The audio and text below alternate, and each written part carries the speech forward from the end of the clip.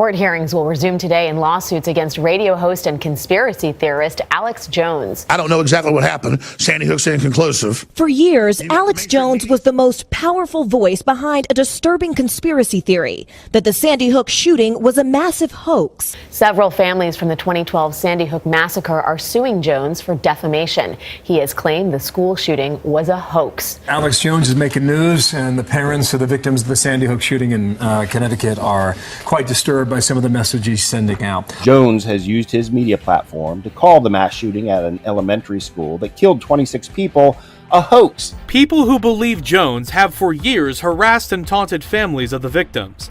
The lawsuits filed in April seek at least $1 million in damages. Jones's comments have caused them a severe degree of mental stress and anguish, which have disrupted their daily routine and caused a high degree of psychological pain. Parents have said Jones has engaged in a campaign of false, cruel, and dangerous assertions. A theory that Leonard Posner and Veronique De La Rosa say turned their lives upside down. Their 6-year-old son, Noah, was killed during the mass shooting in 2012. Ever since, they say they've been harassed. The abuse so bad, they've had to move 7 times. The parents of 6-year-old Noah Posner, who was killed in the Sandy Hook massacre, say Jones's followers have tormented them with death threats, forcing them to move 7 times. If there's a choice that's made over a relentless period of years to peddle falsehoods and to profit from them, then there has to be a day of reckoning. I can't imagine being a Sandy Hook parent and having to go through this. Alex Jones, his commentary about Sandy Hook is disgusting. It's appalling. We all stand against it. 9/11 on the left and the right, we stand against this kind of hate speech, which is what it is. It's really hard for me to understand how anyone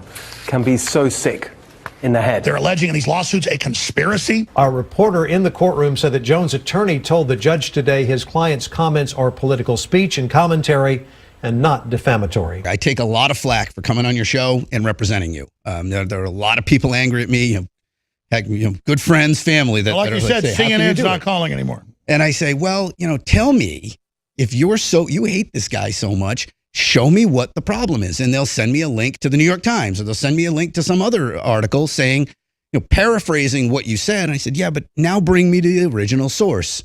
And when I go find it, and I said, well, that's not really what was said here.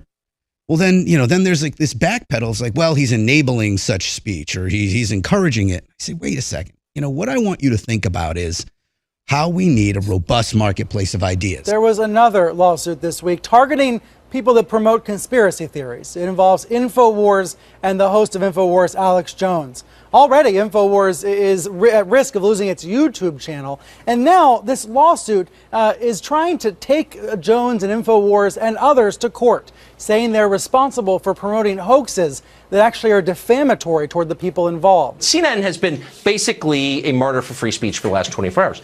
At the same time, they're telling us how important it is that people should be able to say what they think. They are agitating for Alex Jones to be pulled off YouTube. Now, I know we're supposed to think that Alex Jones is way more radical than like Bill Maher, Michelle Wolf, or Rosie O'Donnell.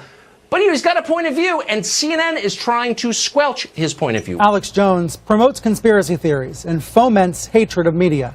He's been called a freak show and downright dangerous. People have free speech in this country, but no matter how hateful, no matter how stupid, no matter how inane, give him airtime, give him Thorazine also.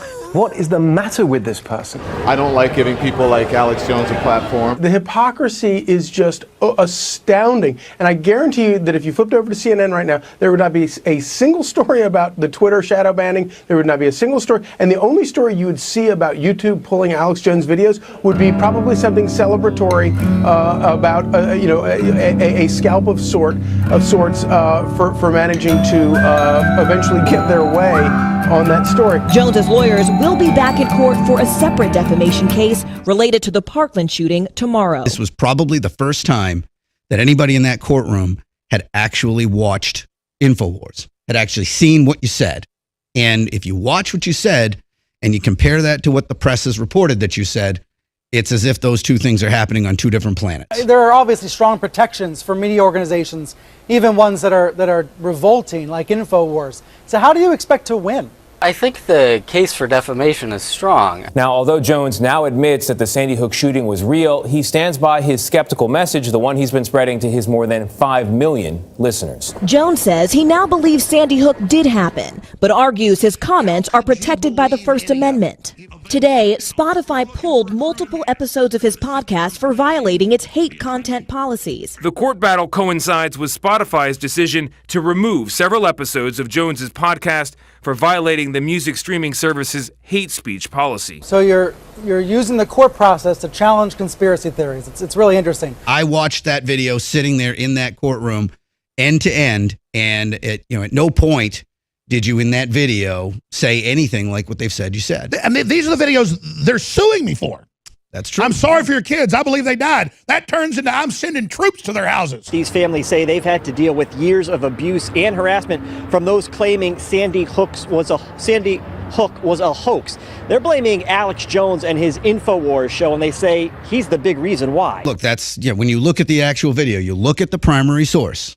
I mean, when somebody has something to say to me about a broadcast or a publication, I don't want to look at a news article that tells me what that says. Why don't you provide me a link? I mean, a third-rate blogger would do that, would provide a link to the actual primary source and say, this is what the guy said, click here to see for yourself. That's why I look at your cases and I say, where the hell's the cavalry? Where is the New York Times? Where is CNN? Even if they want to report negatively on you, how do they not see that if this case goes forward, that is a landmine that they're going to step on? Because they're bringing authoritarianism in. Google's officially moving to China. Apple already is. Google execs have leaked info saying, no, they're building censorship engines here.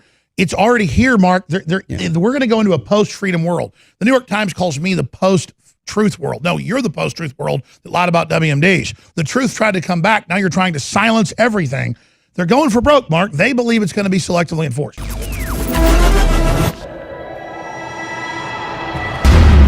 Hey, have you heard? Infowars is getting banned across the internet. Facebook, YouTube, Twitter, they're all censoring us. I need you to share these links to the videos and the websites and the stories at Infowars.com immediately. And remember, if you can hear my voice, you are the revolution.